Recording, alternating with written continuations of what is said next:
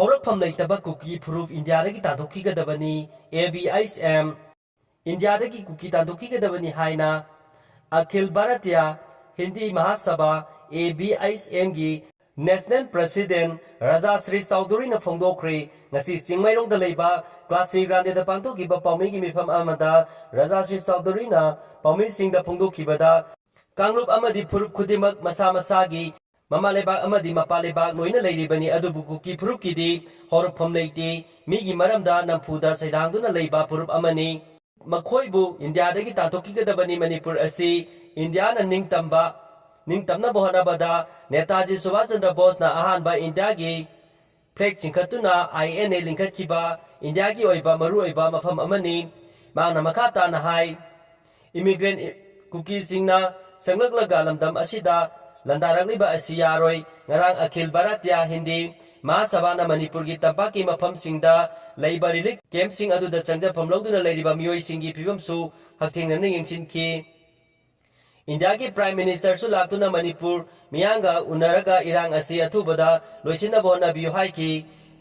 paugi mifam aduda Akhil Bharatiya Hindi Mahasabha gi Vice President amadi spokesperson Professor Niram Gautam amadi North East ki Biswadi Gupta su saruk yakhi Sangnaraba miyoi singi mathakta kukijo phurup ki miyoi singna Suncharpur Police Station da report torokpadagi case register tawkhre Lamdam asigi sangnaraba miyoi kaya gi mathakta kukijo phurup ki miyoi sing CSO singna tongan ba SARS kaya tawduna Suncharpur Police Station da report toropagi matung ina Police na ju case register tawkhre hairi iram asigi matangda pawse asina phangba pawgi matung inadi Haukiba kumja 2023 gi May 3 dagi kukijo sina landam asigi apunbagi ngangkai thugaiduna makhoigi oiba tonganba ngangkai amadi lengak ama semgadabani haiduna yelhomi ama oiriba maitei singi mathakta tamnana landarakliba lan asigi mayukta isai saktuna wa ngangluba amadi social media da post hagaluba landam asigi miyamna sakhangnaraba miyoi singi mathakta handak kukijo phurup ki miyoi sing amadi CSO singna tongan ba SARS kaya tawduna Suncharpur Police na wakalakibani hairi paw asina hai landam asigi miyamna tapta hairaga sakhangnariba saisakpa naran saina mamang lekaidagi Lokrakpam Jayentana Environmental Activist Lisipriya Kanguzam Federation of Haumigi President Sapamsa Jadumani Amadi Indigenous Peoples para Manipur IPFM gi President Asankasar gi mathakta kukijo phurup ki miyoi sing amadi CSO singna FIR lokhatnaba Kri Police ta wakat kre hairi taasi gi kulumdoida Child Environmental Activities Lisipriya Kanguzam gi mathakta kukijo singda landaba mateng oinaba mahakna arambai tengol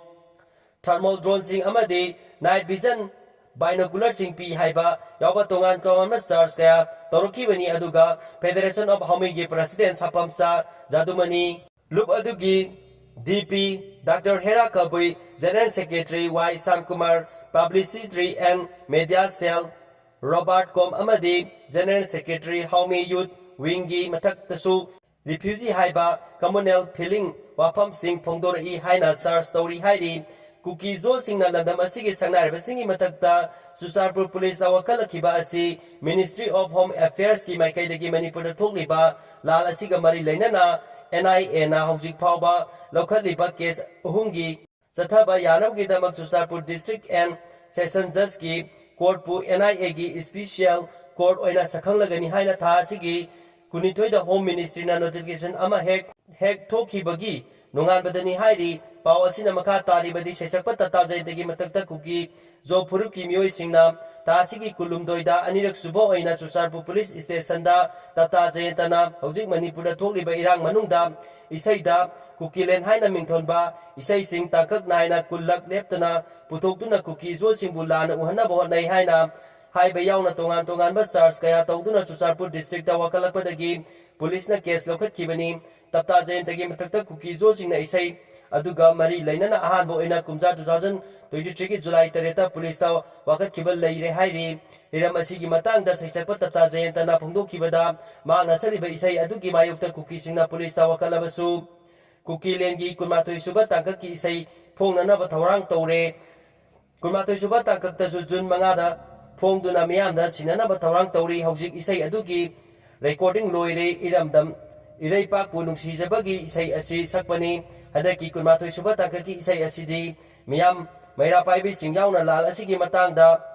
hangnarakiba wangsinga mari lainaba pakhum piba isai oigani hairakli kuki MLA singna separate administration talabasu mai ising budget khudimak assembly dagi lauduna lairamle Sujata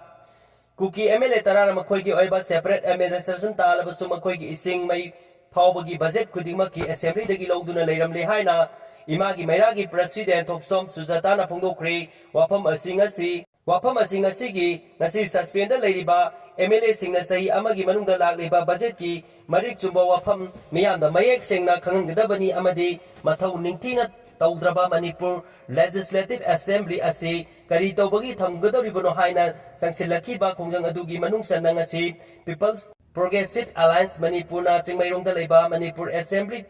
tamna speaker amadi secretary unaba changsilakiba khongjang aduga mari lainana phongdokhibani Sujatana makha taraduna hai tha sigi tarukta Manipur ki suspend lairiba MLA singna sei amagi manungda lagliba budget ki marik chumba pham ama miyamda mayek sengna khangdabani haina ayo cherol ama assembly secretary da pisan ki aduga adum oina mak cherol aduna Manipur ki speaker da sinakhre haiba wafam aduma phongdoki loinana speaker masamak naga phongdoropada hojik siroi lili festival yauduna leire festival asi loirba matungda oina lobiro haiba wafam phongdoropa sulaikre adum oina makhoi masel amaga insinaduna makhoi gi yanadaba amadi miyamgi